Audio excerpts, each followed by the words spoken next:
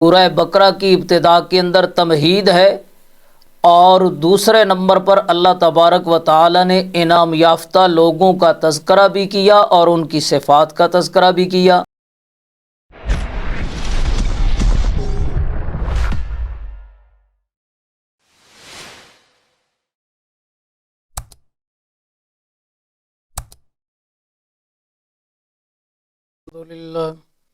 الحمدللہ وکفا والصلاة والسلام علی من لا نبی بعدہ، اما بعد فاعوذ باللہ من الشیطان الرجیم، بسم اللہ الرحمن الرحیم۔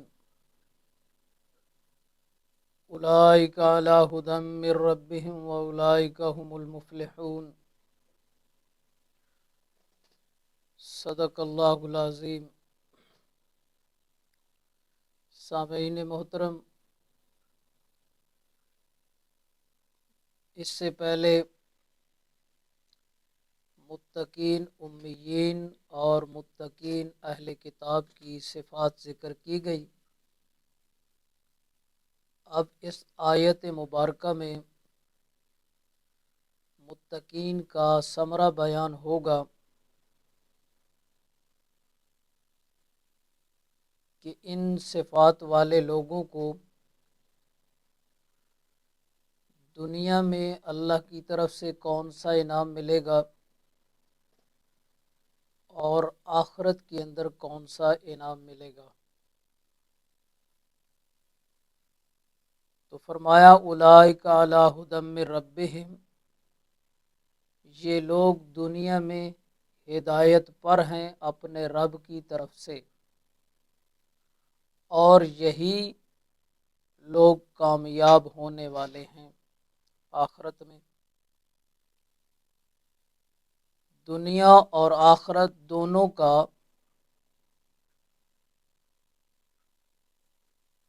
دنیاوی ثمرہ، دنیاوی نتیجہ یہ ہے کہ انہیں راہ ہدایت نصیب ہو گئی۔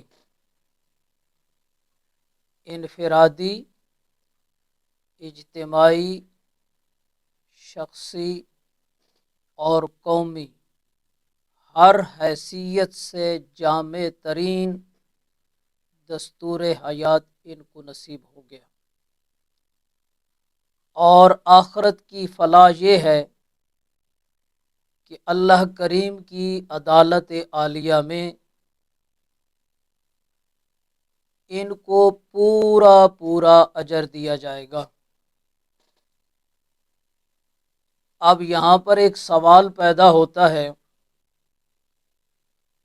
کہ اس آیت مبارکہ میں اولئک اس میں اشارہ ذکر فرمایا، مگر ہم ضمیر کیوں نہیں ذکر کی؟ اس طرح اللہ تبارک و تعالی نے نہیں فرمایا کہ ہم علی ھدی من ربہم وہم المفلحون۔ تو اس کا جواب یہ ہے کہ ضمیر کی جو دلالت ہوتی ہے وہ صرف ذات پر ہوتی ہے، اور اس میں اشارہ کی دلالت ذات مع صفات پر ہوتی ہے۔ تو اس لیے یہاں اس میں اشارہ ذکر کیا گیا تاکہ ذات مع صفات پر دلالت ہو۔ ان صفتوں والے لوگوں کو یہ نتیجہ ملے گا۔ اب ایک اور سوال پیدا ہوتا ہے کہ اللہ کریم نے اپنے مقربین کا ذکر اس انداز میں فرمایا کہ ان کا ضمیر زندہ ہوتا ہے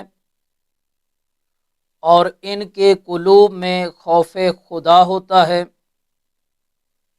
ان کا اعتقاد عالم غیب پر ہوتا ہے، وہ نماز کا حق ادا کرتے رہتے ہیں، خالق کی دی ہوئی نعمتوں میں سے مخلوق پر صرف کرتے رہتے ہیں، رسول کریم اور کلام خداوندی کی تصدیق کرتے رہتے ہیں، سابقہ انبیاء علیہم الصلاۃ والسلام پر ایمان لاتے ہوئے یوم آخر کی تیاری کرتے رہتے ہیں۔ آخر میں جب ان کا ثمرہ بیان فرمایا تو فرمایا یہ لوگ فلاح پانے والے ہیں۔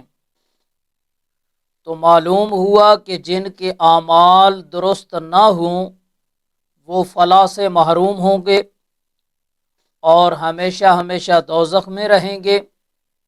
یہ سوال پیدا ہوتا ہے، تو اس کا جواب یہ ہے کہ کلام عرب میں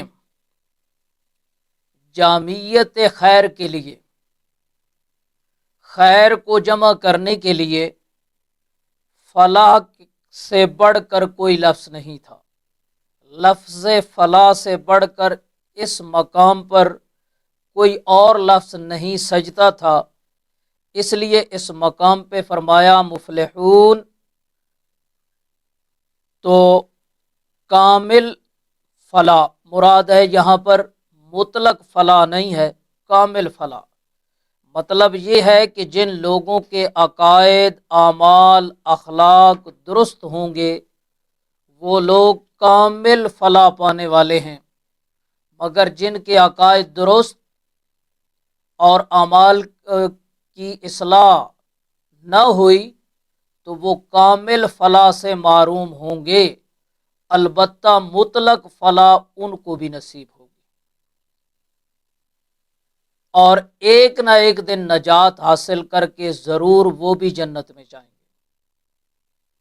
اب اس آیت کریمہ سے یہ بات معلوم ہوئی کہ وہ لوگ ہدایت یافتہ ہوں گے جو اپنے رب کے بنائے ہوئے قانون ہدایت کے مطابق اپنے عقائد بھی رکھتے ہیں اور اعمال بھی اختیار کرتے ہیں۔ تو قرآن مجید ہی وہ قانون ہدایت ہے، قرآن مجید ہی وہ قانون حیات ہے، یہی دستور العمل ہے، اسی کے اوپر کامیابی و ناکامی ہے۔ تو اس آیت کے اندر قرآن مجید کی طرف اشارہ کر دیا گیا کہ اس ہدایت کو مضبوطی کے ساتھ پکڑو۔ اس کے بعد فرمایا ان الذین کفروا سواء علیہم اانذرتہم ام لم تنذرہم لا یؤمنون ختم اللہ علی قلوبہم وعلی سمعہم وعلی ابصارہم غشاوۃ ولہم عذاب عظیم۔ اب یہاں پر فریق ثانی یعنی کفار کا تذکرہ ہو رہا ہے۔ ابتدا کے اندر اللہ تبارک و تعالی نے الف لام میم ذالک الکتاب لا ریب فیہ، سورہ بقرہ کی ابتدا کے اندر تمہید ہے، اور دوسرے نمبر پر اللہ تبارک و تعالی نے انعام یافتہ لوگوں کا تذکرہ بھی کیا اور ان کی صفات کا تذکرہ بھی کیا۔ اب یہاں سے مغضوب علیہم کا تذکرہ شروع ہو رہا ہے۔ تو اللہ تبارک و تعالی فرماتے ہیں کہ بے شک جن لوگوں نے کفر کیا، جن لوگوں نے شریعت محمد الرسول اللہ کو ماننے سے انکار کر دیا، تو ان پر برابر ہے کہ آپ میرے پیغمبر ان کو ڈرائیں یا نہ ڈرائیں، یہ ایمان نہیں لائیں گے۔ یہ اللہ نے خبر دے دی۔ یہ کام کیوں ہوگا؟ بوجہ اناد ہونے کے، بوجہ ضد کے مور لگا دی ہے اللہ نے ان کے قلوب پر اور ان کے کانوں پر اور ان کی آنکھوں پر پردہ ہے اور ان کے لیے بڑا عذاب ہے۔ اب ان آیات کریمہ سے ماقبل خوش نصیب لوگوں کا تذکرہ تھا جو ظاہر اور باطن کے لحاظ سے پاک صاف تھے، اعلیٰ درجے کے متقین تھے۔ اب ان آیات مبارکہ میں دوسرے فریق کا ذکر اللہ تبارک و تعالی نے فرمایا جن کا ظاہر باطن دونوں خراب ہیں، یعنی کفار ہیں، جن لوگوں نے دلائل کے قائم ہو جانے کے باوجود بھی کفر کو اختیار کیا، اور اللہ فرماتے ہیں کہ انہیں تبلیغ کرنا تبلیغ نہ کرنا یہ برابر ہے، یہ لوگ کبھی بھی نہیں مانیں گے۔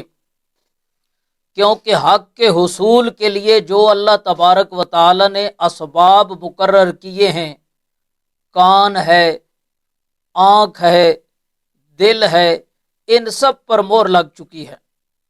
آنکھوں پر پردہ ہے، یہ ضدی لوگ ہیں، ایمان سے محروم ہوں گے اور ان کے لیے دردناک عذاب ہوگا۔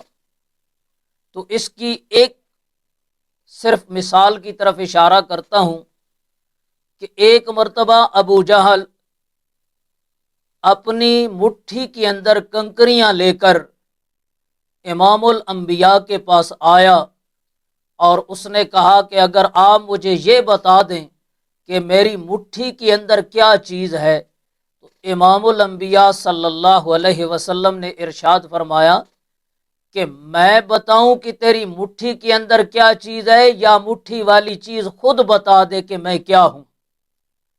تو اب مٹھی کے اندر وہ بے جان کنکریوں کو اللہ تبارک و تعالی نے امام الانبیاء کی سچائی کے لیے گویائی عطا کی اور انہوں نے بول کر بتا بھی دیا، لیکن اس کے باوجود ابو جہل ہدایت سے محروم رہا، اور یہ صرف محرومی ہے ضد کی وجہ سے۔ تو اسی طرح جو لوگ ضد کے اندر آ کر حق کا انکار کر دیتے ہیں، پھر اللہ تبارک و تعالی کی طرف سے ان سے حق کو قبول کرنے کی توفیق سلب کر لی جاتی ہے۔ تو اب اس آیت کریمہ کے اوپر ایک سوال پیدا ہوتا ہے کہ اس آیت مبارکہ میں اللہ کریم نے فرمایا کہ کفار ایمان قبول نہیں کریں گے، حالانکہ آپ صلی اللہ علیہ وسلم کی زندگی کے اندر بہت سے کفار مومن ہوئے اور قیامت تک وہ حق کو قبول کرتے رہیں گے کافر لوگ۔ تو اس آیت کے اندر تو نفی کر دی گئی۔ جواب یہ ہے کہ یہ اس آیت کریمہ کے اندر عموم نہیں کہ تمام کفار مراد ہیں، بلکہ مخصوص کفار کی ایک جماعت مراد ہے جو علم الہی میں کفر پر مرنے والے تھے۔ اللہ تبارک و تعالی کو معلوم تھا۔ تو یہ بھی قانون ہے کہ جو آدمی حق کو سمجھنے کے بعد کفر کے اوپر ڈٹا رہے تو یہ اس جماعت کے لیے ہے۔ اب دوسرا سوال یہاں پر پھر پیدا ہوتا ہے کہ جن لوگوں کی قسمت میں ایمان نہیں، پھر انہیں تبلیغ کرنے کا کیا فائدہ ہے؟ تو اس کا جواب یہ ہے کہ تبلیغ کرنے کے دو فائدے ہیں۔ ایک فائدہ یہ ہے کہ مخاطب کو ایمان نصیب ہو، دوسرا فائدہ یہ ہے کہ مبلغ کو ثواب ملے۔ مخاطب پر اتمام حجت پوری ہو جائے۔ جن کی قسمت میں ایمان نہیں، انہیں تبلیغ کرنے میں اگر پہلا فائدہ حاصل نہیں ہوتا تو دوسرا فائدہ تو ضرور حاصل ہوگا۔ اب ایک اور سوال پیدا ہوتا ہے کہ اللہ تبارک و تعالی نے یہاں دل اور کان کے متعلق مور کا لفظ ارشاد فرمایا اور آنکھ کے متعلق پردے کا ذکر فرمایا، اس کے اندر کیا حکمت ہے؟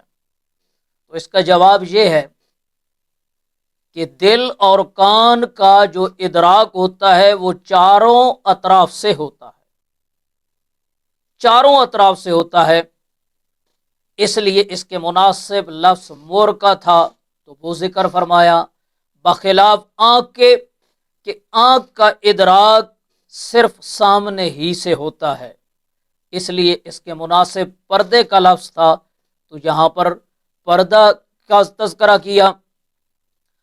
آگے ایک اور سوال ہے انہی دو آیات کریمہ پر کہ جب اللہ کی جانب سے دل اور کان پر مور اور آنکھ پر پردہ لگ چکا ہے تو اسے کیسے ہدایت حاصل ہو؟ پھر تو عدم ایمان پر سزا بھی نہیں ہونی چاہیے۔ جب مور اللہ نے لگائی دل پر، کان پر، آنکھوں کے سامنے پردہ اللہ نے لٹکا دیا تو پھر وہ تو مجبور ہو گئے، ان بیچاروں کا تو پھر قصور نہیں ہے کہ وہ ہدایت کو قبول نہ کر سکیں۔ تو اس کا جواب یہ ہے کہ اللہ کریم نے انسان کو حق سمجھنے، حق کو دیکھنے اور حق کو سننے کے لیے دل، آنکھیں اور کان عطا فرمائے، پھر حق سمجھانے کے لیے انبیاء علیہم السلام کو مبعوث فرمایا اور ان پر کتب نازل فرمائیں، مگر جب انسان حق سمجھنے کی بجائے ضد عناد کرتے ہوئے عقائد باطلہ پر ڈٹا رہے اور حق والوں کے اوپر فتوے لگائے ساحر و کذاب کے، کہتا رہے کہ یہ شاعر ہے، یہ مجنون ہے، یہ پاگل ہے، یہ جھوٹا ہے، تو جب اس نہج پہ وہ آدمی آ جاتا ہے تو اللہ تبارک و تعالی ان کے عقائد فاسدہ اور اعمال سیئہ کی بنا پر ان سے ایمان کو قبول کرنے کی توفیق کو سلب کر لیتے ہیں، پھر ان کے اوپر مہر جباریت لگ جاتی ہے۔ جس آدمی کے اوپر مہر جباریت لگ جائے اس میں وہ اپنے عقائد فاسدہ کے اوپر ہی وہ پکا رہتا ہے، حق کو قبول کرنے کی توفیق اس سے سلب ہو جاتی ہے۔ تو اب ان آیات کریمہ سے ہمیں یہ ایک سبق ملتا ہے کہ جو لوگ آسمانی ہدایتوں سے اعراض کرتے ہوئے شیطانی قانون پر چلتے ہیں، شیطانی قانون پر چلتے ہیں، ان سے اللہ ایمان کی توفیق کو سلب کر لیتے ہیں، اور جو لوگ امام الانبیاء صلی اللہ علیہ وسلم کی تبلیغ کے ذریعے ہدایت نصیب کرتے ہیں، حق کی طرف مائل ہوتے ہیں، اللہ ان کو ہدایت دے دیتا ہے۔ لیکن جو شیطانی قوانین کے اوپر عمل پیرا ہوتے ہیں، اگر ان کے پاس ہدایت ہو بھی صحیح تو آہستہ آہستہ وہ ہدایت ان سے سلب ہو جاتی ہے۔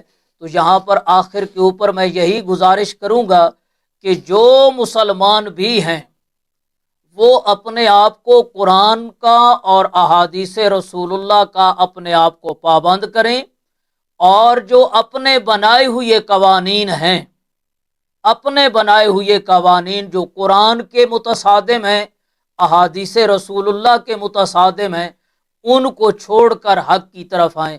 اگر وہ یہ سمجھے کہ ہم نماز بھی پڑھتے ہیں، زکوٰۃ بھی دیتے ہیں، صدقات بھی کرتے ہیں، ہم نیکی کے کام کرتے ہیں، تو ان کو یہ جان لینا چاہیے کہ یہ قرآن ہمیں زندگی گزارنے کے لیے قانون اللہ نے دیا ہے، امام الانبیاء نے اس کی تشریح کی ہے۔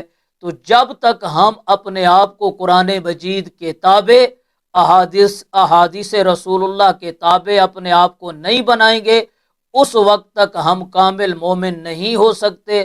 ہر وقت خطرہ رہے گا کہ جو ہمارے دل کے اندر ایمان ہے کہیں ایسا نہ ہو کہ شیطانی قوانین کے اوپر عمل کرنے کی وجہ سے وہ ایمان ہم سے سلب ہو جائے اور ہم ہمیشہ ہمیشہ کے لیے دوزخ کا ایندھن بن جائیں۔ تو دعا اللہ سے یہ کرنی چاہیے کہ ہمارا خاتمہ ایمان کے اوپر ہو۔ وما علینا الا